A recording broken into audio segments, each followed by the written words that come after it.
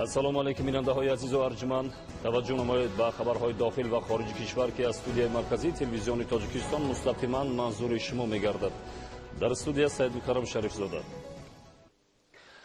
حکومت جمهوری تاجیکستان در سمت نائل شدن به هدف‌های در استراتژی ملی رشد پیش‌بینی گردیده، از جمله بلند برداشتن سطح و صفت زندگی مردم توسط حل مسائل پیشرفت استواری اقتصادی، تقویت نیروی انسانی، تکمیل نظام اداره دولتی، توسعه امکانیت‌های صادراتی مملکت، بهتر کردن فضای سرمایه‌گذاری، انکشاف بخش خصوصی و بهبودی وضع بازار مهنت تدبیرهای ضروری را عملی می‌سازد.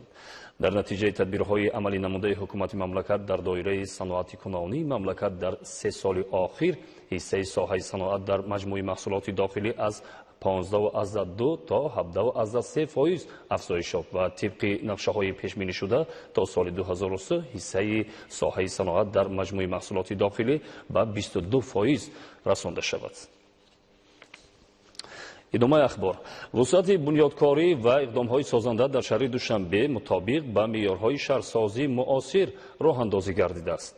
مورد بهره برداری قرار گرفتن انشاءات اجتماعی و معمولی، استحصالی باغ‌های فرهنگ و فراغتی، بناهای استقامتی، مؤسسه‌های تعلیمی، درمانگاه و بیمارخانه‌ها، مجموعه‌های نو، تالارهای ورزشی از رشد بی‌سابقه سازندگی‌ها در پایتخت جمهوری شهادت می‌دهند. در همین زمینه در باغ فرهنگی و فراغتی و کوچه و خیابان‌های شهر دوشنبه را امروزها نوع و نمودهای گل و بوته‌ها از جمله گل لاله دلفریب و نظرآبا گردانیده است. گزارش خبرنگاران ما از باغ فرهنگی و فراغتی کل جوانان. барои сарсабзу хуррамгардонӣ дар ҳудуди боғи фарҳангиву фароғатии кӯли ҷавонон зиёда аз 500 бех дарахтони нодири сояфкан ороишӣ шинонида шудааст. имсол дар ҳудуди боғи мазкур навъҳои гулҳои мавсимӣ аз ҷумла 35 000 бех гули лола шинонида шуда ба мавзеъ ҳусни такрор замм намудааст. дар мавсими имсола садҳо бех гулҳои лола ва садбарг шинонида шудааст ки ин мавзеъ ба як макони дӯстдоштаи сокинону меҳмонон табдил ёфтааст. ҳамарӯза ба ин ҷо сокинони меҳмонон омада аз ҳавою табиати дилфиребаш ҳаловат мебаранд. барои сайру гашт ва истироҳат дар боғи кӯли ҷавонон тамоми шароит фароҳам оварда шудааст.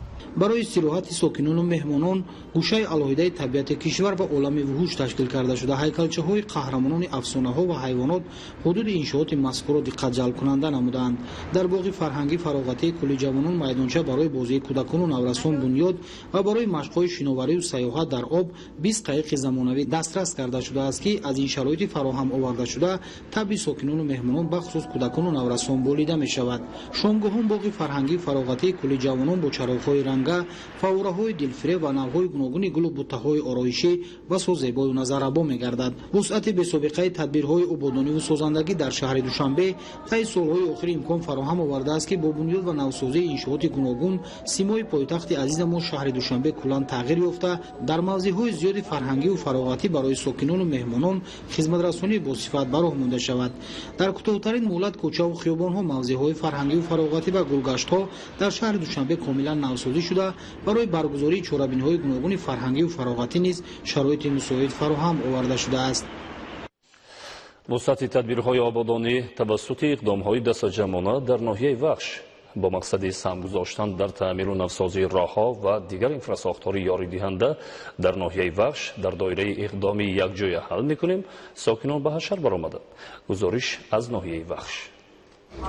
با اقدام کمیته اجرایی حزب خلق دموکراتیک تاجیکستان در ولایت ختنان تحت عکسیه حزبی یکجای حل میکنیم، امروزها در شهر و نواحی ولایت کارهای آبادانی وسعت بخشیده میشوند. در همین دایره برای استقبال سزاوار جشن 30 سالگی استقلالیت دولتی مملکت اعضایان کمیته اجرایی حزب خلق دموکراتیک تاجیکستان در ناحیه وخش در همکاری با نفران سخاوتپیشه و آبادگرا و ساکنان محل مقصد کردند که برای بهگردانیدن حالت راههای ماشینگرد حدود ناحیه سهمگذاری نمایند. ضمن برگزاری اکسیای حزبی یک جای حل میکنیم در دهه ظفرآباد جماعت 20 سالگی استقلالیت 2 کیلومتر راه ماشینگرد سنگ فرش کرده شد. در همین زمینه با دستگیری تشکیلات ابتدایی حزبی خوجگی تخم پروری کلاب جماعت 20 سالگی استقلالیت ناحیه وخش زیاده از 2 کیلومتر راه حدود جماعت با استفاده از موم تعمیر جاری کرده شد. در ادامه کارهای سازندگی بخشیده به استقبال جشن پرافتخار 30 سالگی استقلالیت دولتی کشور در مؤسسه تحصیلات میانه عمومی رقم 19 دهه ظفرآباد ناحیه وخش با سهمگذاری ساکنان محل ساختمان بینای علاوگی تعلیمی که عبارت از 10 صنفخانه بباشد ادامه دارد. تصمیم گرفتند که یک بینای بسیار زمانوی و خوشساختی مؤسسه تعلیمی ساخته به استفاده دهند تا اینکه طالب علمان دهه های گرد و اطراف دهه به مشکل آمده تعلیم و تدریس گیرند.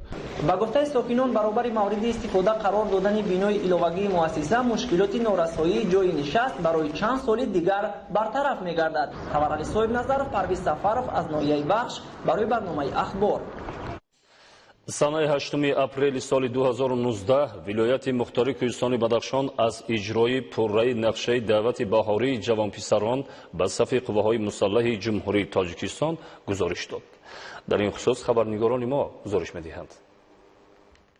خدمت در صف ارتش ملی در برابر قرض مقدس شهروندی همچنین مایه افتخار و شرف بزرگ بوده.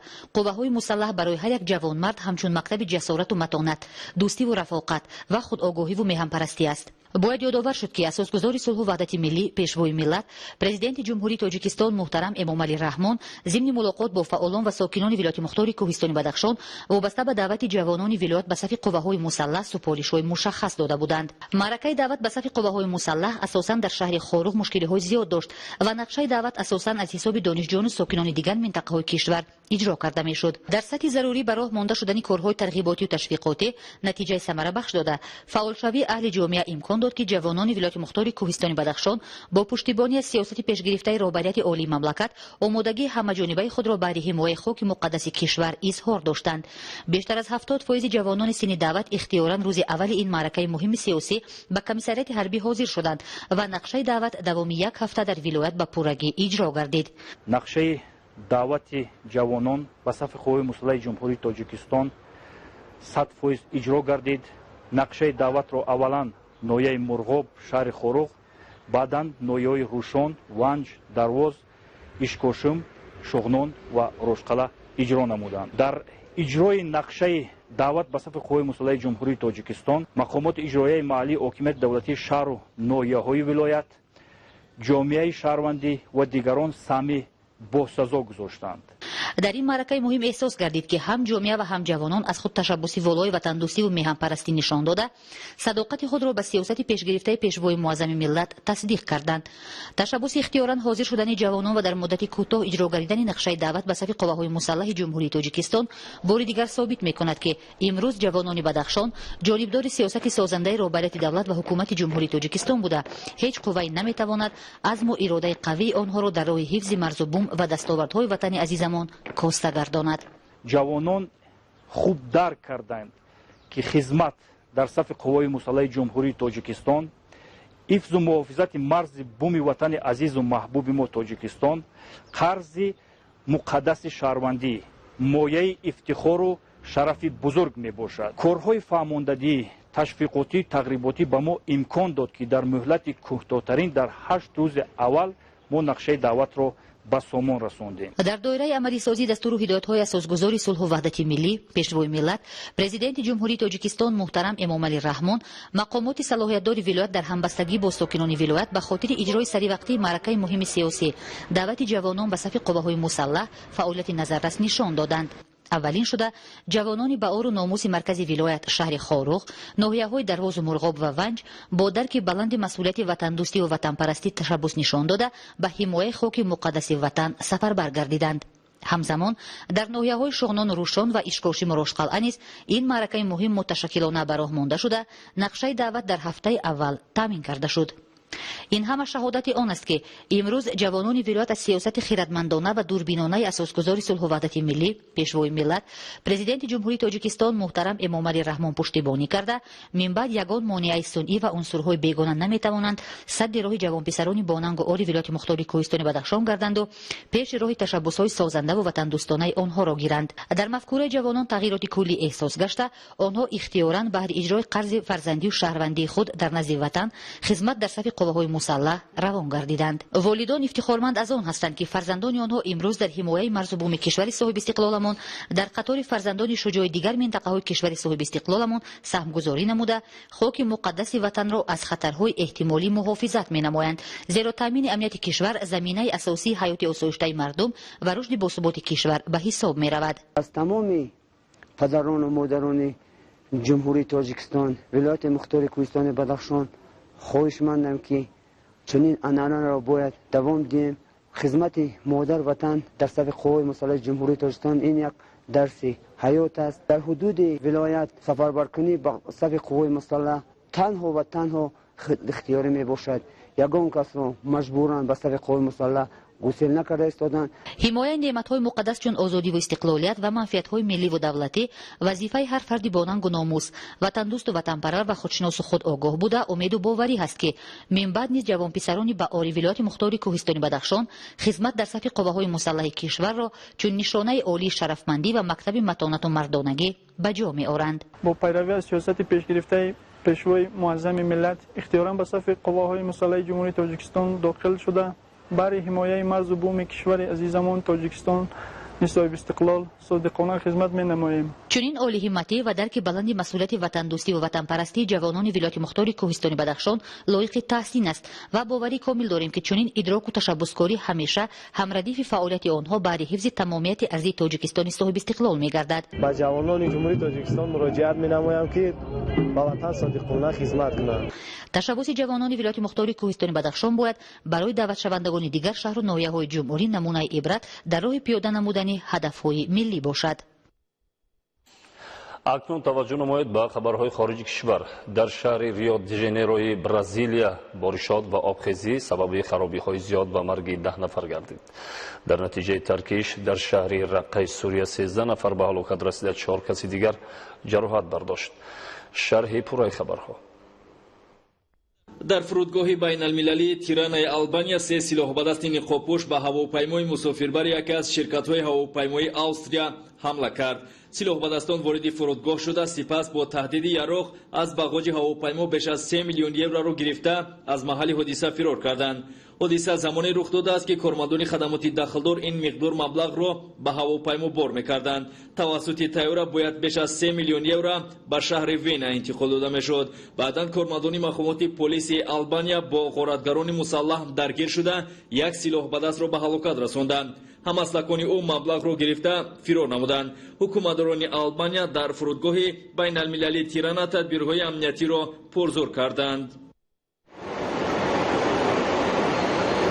در شهر ریو دی ژانیروی برزیلیا بارشات آبخیزی را به میان آورد. در پی آفت طبیعی 10 نفر به هلاکت رسید، چند کس دیگر جراحت برداشت. بر اثر بارشات و آبخیزی تهخانه و آشیانه‌های یکم بیناهای استقامتی و معموری زیر آب ماندند. وابسته به این فعالیت ده‌ها مؤسسه تعلیمی و باغچه‌های کودکانه قطع گردید. کارمندان خدمات نجات‌دهی از منطقه‌های زیر خطر آبخیزی قرار داشته اهالی را به جای‌های بی‌خوف می‌کشانند. طغیان آب خطای انتقال نیروی برق را کنترل کرده، ساکنان چند منطقه از استفاده برق و آب نوشابه محروم ماندند. آبخیزی به حرکت همگونه نقلیات در راه‌ها خلل وارد کرد. برطرف‌کنی عاقبت‌های آفت طبیعی ادامه دارد.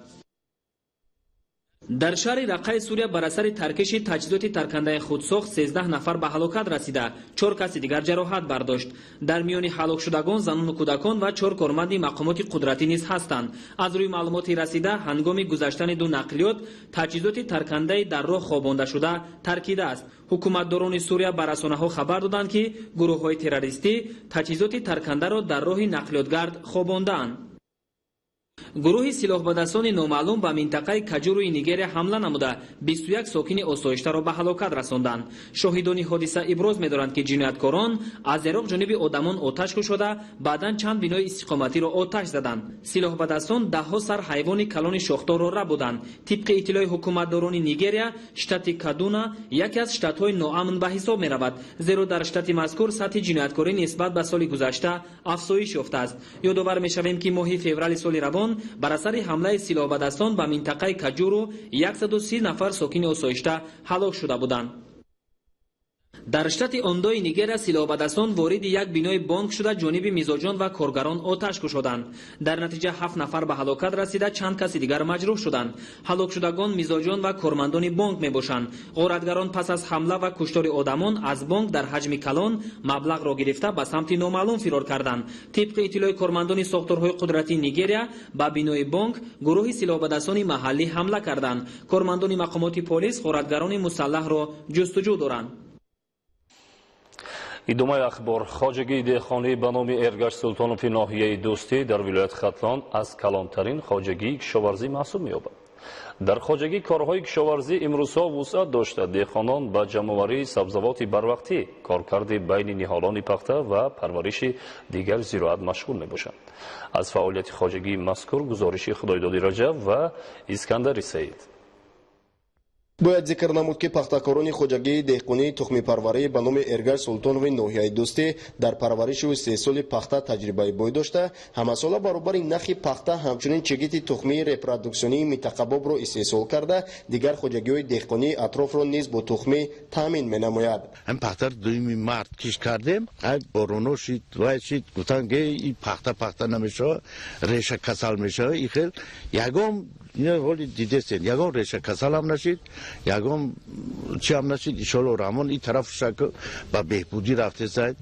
хоҷагии мазкур дар майдони беш аз 700 гектар доман паҳн карда, деҳқононаш дар он зиёда аз 10 номгӯи маҳсулоти ба обу ҳавои минтақа мувофиқро кишт менамоянд, ки майдони бештари заминҳоро пахта ташкил менамояд. ин мавсим боша пахтакорон вобаста ба иқлими ноҳияи Дӯстӣ, ки аз дигар минтақаҳои кишвар каме тафовут дорад, кишти пунбаро барвақттар оғоз намуданд, ки аллакай дар қидаҳои пештар кишт шуда қатор ва нашъунамои ниҳолони пахта хуб ба чашм мерасад. ҳамин сол Хатлон 2014 киш кардем, флеш киш кардем, Тоҷикистон киш кардем. ҳамин се наве ки бо аз ноҳияи конибодом тухми хушсифат овардем. имсол насиб боша киш кардаги мо ҳамин деҳқона оянда бо зиёдтар мешав, ба ноҳияҳои гирди атроф мо ҳаминро таъмин мекунем. баробари пахтакорӣ аҳли заҳмат дар самти чорводорӣ ва сабзавоткорӣ низ таваҷҷӯҳи махсус дошта, дар ин ҷода дастовардҳои назаррасро соҳиб мебошанд.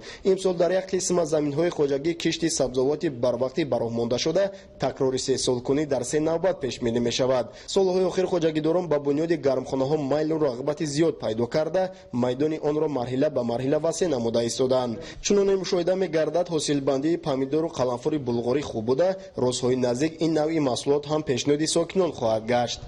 дар майдони 60 гектар мо сабзавот кардагӣ, таъминоти бозори Дӯстию Балхира мо ҳамин сабзавоти худмон таъмин мекунем. ино ҳозир бодринг дуюм маротиба бодринга чинда будест. имрӯз пагаҳ Болгария меброяд. як гектараш гармхона ташкил, гармхонаи мавсимӣ, сарфу хароҷоти худам мегирем. деҳқонони хоҷагии тухмипарварии Эргаш Султонов ин мавсим кишти карам, пиёз, серпиёзро нисбати солҳои пешин зиёдтар бароҳмонданд, ки дар натиҷаи дурусту дар доираи қоидаҳои парвариши маҳсулот ҷорӣ кардани кор имрӯзҳо нашъунамои зироатҳоро хеле хуб арзёбӣ менамоянд. дар қидаҳои дигари хоҷагӣ сабзиши якчанд намуди полизиҳо, ки дар зери ҳарири полиэтилене киш гардидааст, мутобиқи талаботи соҳа буда, кишоварзон ба ғизодиҳӣ ва коркарди байни қаторҳо машғул ҳастанд. Худойдоди Раҷаб, Искандари Саид, ноҳияи Дӯстӣ, ахбор.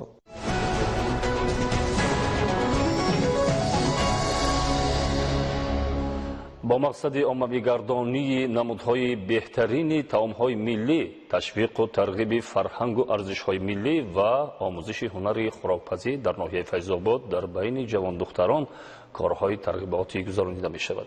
معلومات بیشتر در گزارش زلفیه رحیم‌زاده. дар ноҳияи файзобод занони ҳунарманд ҷиҳати омӯзонидани ҳунарҳои миллӣ, эҳтиром доштан ба хӯрокҳои миллӣ ва тарзи пухтани таомҳои миллӣ, маҳсулоти нонӣ бо шаклҳои гуногун ба ҷавондухтарон корҳои омӯзишӣ гузарониданд. Аз ин корҳои тарғиботӣ миёни ҷавонон наврасон низ ба ваҷд омада ба хондани шеъру тарона ва бозиҳои таърихи қадимадошта машғул шуданд. таомҳои миллии ҳар як халқу миллат махсусиятҳои хоси худро дорад. таомҳои миллии тоҷикон бо ғизонокӣ ва лаззати беҳамто миёни халқҳои дигар миллатҳо эътибори хоса дошта бо маҷмӯи маҳсулоти мухталиф ва шакли дилписанд фарқ карда хело хушмазза мебошад. занони ҳунарманд ва хушсалиқаи ноҳия тарзи омода кардани таҳмолро дар ноҳияи файзобод чунин баён карданд. тариқи тайёр кардани ҳамин таҳмол орду обу намакро омехта карда монанди фатир курашакл мешӯрем. баъд вая тунук карда равғани растани қати баъзе вақт баъзе занҳое ки бо маскаи тоҷикӣ бошад бо нақстар маззаш бо болаззат мешавад маскаи тоҷикӣ қати тайёр мекунанд. маскаи тоҷикӣ ҳам ки набошад ҷирғоти қаймоқдор қати хел болои ҳамин зуволаро тунук карда баъд зуволаро мепечунему курашакл мемонем ки вай ки каме ки истод ки дам зад махсус ҳамин хел тоба ҳастай барои пухтани таҳмол равған ки тафсон шуд алова пас мемонем барое ки агар ки алов ки бод сахт бисӯзад ин хомпаз мешавад маззаш хуш намеояд. ин тарафаш дидем ки сурх шуд боз тарафи дигар мегардонем тарафи дигар ки гардондем ки сурх шуд ҳамин зери таъсири ҷаҳонишавӣ нигоҳ доштани ҳуввияти фарҳангӣ ва ҳифзи арзишҳои миллӣ басо муҳим мебошад. ҳунарҳои миллӣ ҳам дар ин раванд яке аз василаҳои муассири муаррифии миллат ба ҳисоб мераванд. аз ин рӯ дар мақоми баланд ва муайян нигоҳ доштани либос ва таомҳои миллӣ тарғибу ташвиқи пайвастаи онҳо занон масъуланд. гузарондани корҳои тарғиботию ташвиқотӣ миёни ҷавонон ки хусусиятҳои омӯзишӣ низ доранд воситаи хуби эҳёшавии суннатҳои халқи тоҷик, такмили маҳорати ҳунармандӣ ва ҷалби насли ҷавон ба эҳё ва ҳифзи оинҳои миллӣ мебошад. тамошобинони азизу арҷманд, ин буд барномаи иттилооти ахбор. хайр, тансияту хонобод бошед.